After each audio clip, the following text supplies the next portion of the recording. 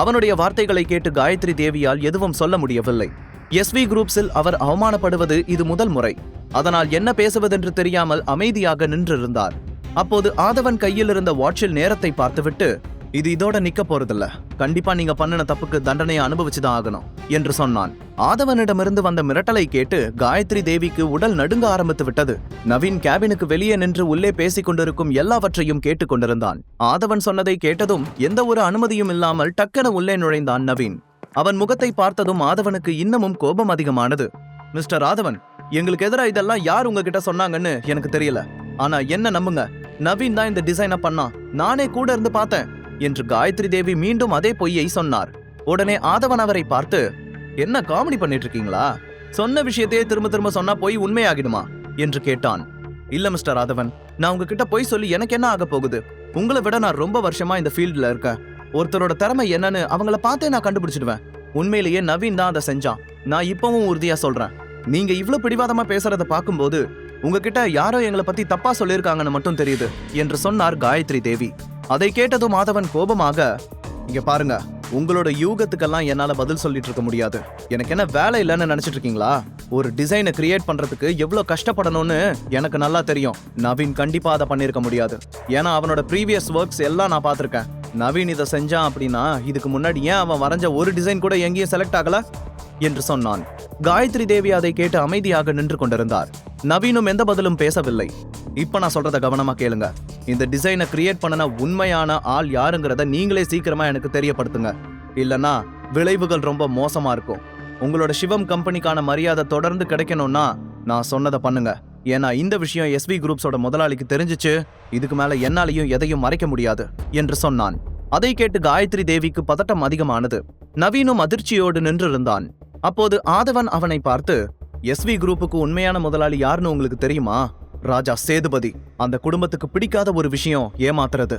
அதுக்கு அவங்க கொடுக்கற தண்டனை என்னன்னு தெரிஞ்சா தாங்க மாட்டீங்க. நானா செக்யூரிட்டியை கூப்பிடுறதுக்கு முன்னாடி நீங்களே இந்த இடத்த விட்டு போயிடுங்க. அடுத்த கொஞ்ச நாளைக்கு உங்களோட இந்த கேவலமான மூஞ்சியை எனக்கு காட்டாதீங்க என்று கோபமாக சொல்ல, அடுத்த நொடியே காயத்ரி தேவியும் நவீனும் அந்த இடத்தை விட்டு வெளியே சென்றார்கள். அவர்கள் அதிருப்தியுடன் வெளியே செல்வதை ஆபீஸில் இருந்த எல்லோரும் பார்த்து கொண்டிருந்தார்கள். காயத்ரி தேவியால் கோபத்தை கட்டுப்படுத்த முடியவில்லை. கண்கள் ஒரு இடத்தில் நிலையாக இல்லாமல் அலைபாய்ந்து கொண்டே இருந்தது. தன் பாட்டியின் கோபத்தை பார்த்து நவீனுக்கே பயமாக இருந்தது. அந்த சேதுபதி ஃபேமிலி ஏன் நம்மளோட விஷயத்திலேயே ரொம்ப மூக்க நுழைக்கிறாங்க? அன்னைக்கு நிச்சயதார்த்தத்திலையும் நம்மளை அவமானப்படுத்தினாங்க, இப்ப இங்கேயும் அவமானப்படுத்துறாங்க. ஷர்மிளா அவங்க கிட்ட நம்மளை பத்தி என்ன சொல்லி வைக்கிறான்னு புரியலையே என்று காயத்ரி தேவி கோபமாக சொல்ல, எனக்கும் அதே சந்தேகம் தான் பாட்டி. ஷர்மி நம்ம விஷயத்துல இப்படி விளையாடுவான்னு நான் நினைச்சு கூட பார்க்கல என்றான் நவீன். நீ அவளோட டிசைனை அவகிட்டயே கொடுத்துரு என்று காயத்ரி தேவி சொல்ல, ஆனா அப்படி கொடுத்தா அவ டிசைனிங் டைரக்டர் ஆயிடுவாளே, அப்புறம் இன்னமும் ஓவரா சீன் போடுவா என்று கேட்டான் நவீன்.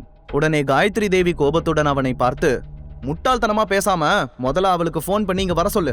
அவ விஷயத்துல மறுபடியும் நாம தப்பு பண்ணனா நாம மொத்த கம்பெனியையும் இழுத்து மூடிக்கிட்டு நிக்க வேண்டியதா இருக்கும் என்று கோபமாக சொன்னார். அதை கேட்டு நவீன் வேறு வழி இல்லாமல் தன்னுடைய போனை எடுத்து ஷர்மிளாவின் நம்பருக்கு டயல் செய்தான். ஆனால் போனை அட்டன் செய்தது தீபக். அவனுடைய குரலை கேட்டதும் நவீன் எரிச்சலான தோணியில், போனை ஷர்மி கிட்ட கொடு என்று சொன்னான். என் பொண்டாட்டி கொஞ்சம் பிஸியா இருக்காங்க, எதுவா இருந்தாலும் என்கிட்டயே சொல்லு என்று தீபக் ஷர்மிளாவை பார்த்து சிரித்து கொண்டே சொன்னான்.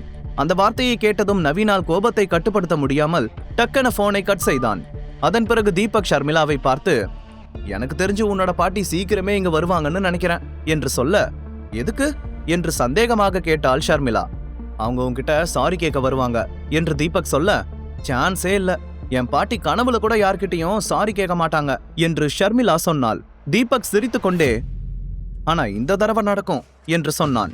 இன்னொரு புறம் நவீன் கோபமாக, அந்த வெட்டி தீபக் போனை அட்டென்ட் பண்ணி ரொம்ப திமிரா பேசுறான் என்று தன் பாட்டியிடம் சொல்ல, இப்போ அவங்களோட நேரம், அதான் ஆடுறாங்க, நமக்கு வேற வழி இல்ல, கார் எடு, அவங்களோட வீட்டுக்கு போய் பார்க்கலாம் என்று சொன்னார் காயத்ரி தேவி. நவீனுக்கு அது சுத்தமாக பிடிக்கவில்லை என்றாலும் தன் பாட்டிக்காக ஷர்மிளாவின் வீட்டிற்கு சென்றான். அடுத்த அரை மணி நேரத்தில் கார் ஷர்மிளாவின் வீட்டு முன்னால் வந்து நின்றது. உடனே காயத்ரி தேவி காரை விட்டு இறங்கி சென்று காலிங் பெல்லை அடித்தார். சில நொடிகள் கழித்து கதவு திறந்தது. ஆனால் எதிரில் தீபக் நின்று கொண்டிருந்தான். அவன் இருவரையும் பார்த்து சிரித்துக் கொண்டே, வெல்கம், உண்மைக்கு பேர் போன நேர்மையான பாட்டி அவர்களே, அப்புறம் காந்திய வழியில நடக்கிற செல்ல பேரன் நவீன் சார் என்று நக்கலாக சொல்ல, காயத்ரி தேவி அவனை பார்த்து முறைத்தபடி நின்றிருந்தார். தீபக்கின் மாஸ்டர் பிளான் என்ன? ஷர்மிளாவை பார்க்க காயத்ரி தேவியும் நவீனும் அவளுடைய வீட்டிற்கு வந்தபோது தீபக் கதவை திறந்து கிண்டலாக சிரித்தான். அவன் நினைத்ததைப் போலவே இருவரும் ஷர்மிளாவின் வீட்டு வாசலில் வந்து நின்றது அவனுக்கு சந்தோஷத்தை ஏற்படுத்தியது. வெல்கம் பாட்டி, என்ன விஷயம், நீங்களே வீடு தேடி வந்திருக்கீங்க என்று தீபக் கிண்டலாக கேட்க, இந்த விளையாடுற வேலையெல்லாம் வேற எங்கேயாவது வச்சுக்கோ, ஒழுங்கா ஷர்மியை கூப்பிடு, நான் அவகிட்ட கொஞ்சம் பேசணும் என்று கோபமாக சொன்னார் காயத்ரி தேவி. சாரி பாட்டி, ஷர்மிளா ஏற்கனவே ரொம்ப அப்செட்டா இருக்கா. இப்ப திரும்பவும் உங்க 2 பேரையும் பார்த்தா அவளுக்கு இன்னமும் தலைவலி அதிகமா வரும். அதனால போயிட்டு இன்னொரு நாள் வாங்க என்று சொன்னான் தீபக். ஓ, என்ன வெளியே போக சொல்ற அளவுக்கு உனக்கு இந்த வீட்டுல அதிகாரம் கொடுத்துட்டாங்களா? முதல்ல என் பையன் கணேஷ வர சொல்லு என்று கோபமாக சொல்லிக்கொண்டே வீட்டிற்குள் நுழைய முயன்றார். ஆனால் கதவிற்கு நடுவே நின்றிருந்த தீபக் அவர்களை உள்ளே போக விடாமல் தடுத்து நின்றான். அதை பார்த்ததும் காயத்ரி தேவி கோபத்தில் தன் கண்ணாடியை கழற்றி ஏதோ சொல்ல வந்தார். ஆனால் அதற்குள் வீட்டிற்குள் இருந்து கீதா வேகமாக வெளியே வந்து, அத்தை வாங்க, ஏன் வெளியவே நின்னுட்டு இருக்கீங்க என்று சொல்லிக்கொண்டே முன்னால் வந்தார். உன்னோட ஆசை மருமகன் வழியை விட்டாதானே என்னால உள்ள வர முடியும் என்று காயத்ரி கோபமாக சொல்ல, தீபக் மெதுவாக வழியை விட்டு ஒதுங்கி நின்றான். அதன் பிறகு காயத்ரி தேவியும் நவீனும் அவனை முறைத்துக் கொண்டே உள்ளே சென்றார்கள். அவர்கள் உள்ளே வந்ததும் கீதா கொஞ்சம் சிரித்து கொண்டே, அத்தை என்ன திடீர்னு வந்திருக்கீங்க, ஏதாவதுனா போன் பண்ணிருக்கலாம்ல, நாங்களே உங்களை தேடி வந்திருப்போம் என்று வழக்கம் போலதான் வழிந்து பேசிக் கொண்டிருந்தார். எப்படியாவது காயத்ரி தேவியின் மனதில் இடம் பிடித்து மீண்டும் அந்த குடும்பத்துக்குள் நுழைந்துவிட வேண்டும் என்று ஒவ்வொரு முறையும் சந்தர்ப்பத்தை எதிர்பார்த்து கொண்டிருந்தார். காயத்ரி தேவி கீதாவை கொஞ்சமும் கண்டு கொள்ளாமல் நேராக வந்து சோபாவில் உட்கார்ந்து, நான் உன்கிட்ட பேசுறதுக்காக இங்க வரல, போய் உன் பொண்ணை கூட்டிட்டு வா, அவகிட்ட நான் பேச வேண்டிய ஒரு முக்கிய. அதை கேட்டதும் கீதா வேகமாக, இதோ இப்ப போய் கூட்டிட்டு வந்துடுறேன் என்று சொல்லிக்கொண்டு ஷர்மிளாவின் ரூமை நோக்கி ஓடினார். அந்த சமயத்தில் கணேஷும் ஹாலுக்கு வந்தார். அவர் தன் அம்மாவை பார்த்ததும் தீபக்கிடம் திரும்பி குடிப்பதற்காக தண்ணீர் கொண்டு வந்து கொடுக்கும்படி செய்கை செய்தார். அதை கேட்டு தீபக் கிச்சனுக்கு சென்று தண்ணீர் எடுத்தபடி திரும்பி அவர்களை பார்த்தான். காயத்ரி தேவி நவீன் இருவரும் இன்னமும் திமிராக தான் பேசிக் கொண்டிருந்தார்கள். தீபக் தண்ணீரை எடுத்து வந்து காயத்ரி தேவியிடம் நீட்ட, அத டேபிள்ல வை, ஷர்மிளா என்ன பண்றா, அவளை பாக்குறதுக்காக நாங்க இன்னமும் எவ்வளவு நேரம் வெயிட் பண்ணணும் என்று கோபமாக கத்திக் கொண்டிருக்கும் போதே அவள் அங்கே வந்தாள். எந்த ஒரு ரியாக்ஷனும் இல்லாமல் அமைதியாக வந்தவள் காயத்ரியை பார்த்து, சொல்லுங்க பாட்டி, என்ன விஷயம் என்று கேட்டாள்.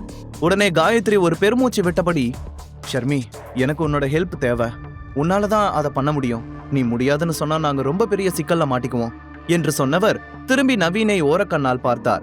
ஷர்மிளா குழப்பத்துடன், ஹெல்ப்பா, என்கிட்ட என்ன ஹெல்ப் வேணும் உங்களுக்கு, நான் ஒன்னும் அவ்வளவு பெரிய ஆள் இல்லையே என்று சொல்ல, நாங்க கொஞ்ச நேரத்துக்கு முன்னாடி தான் SV குரூப்ஸ் சேர்மேனை மீட் பண்ணோம். நாங்க என்ன சொல்லியும் அவர் என்னோட பேச்ச கேட்கற மாதிரி தெரியல.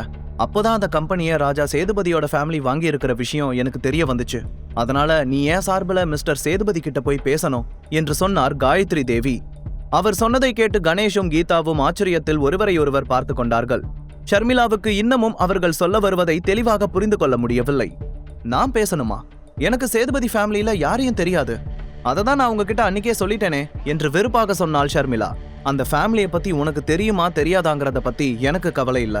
இந்த பிரச்சனை உன்னை வச்சுதான் ஆரம்பிச்சது, அதனால நீ தான் இதை முடிச்சு வைக்கணும். அதை எப்படி பண்ணணும்னு நீயே முடிவு பண்ணிக்கோ.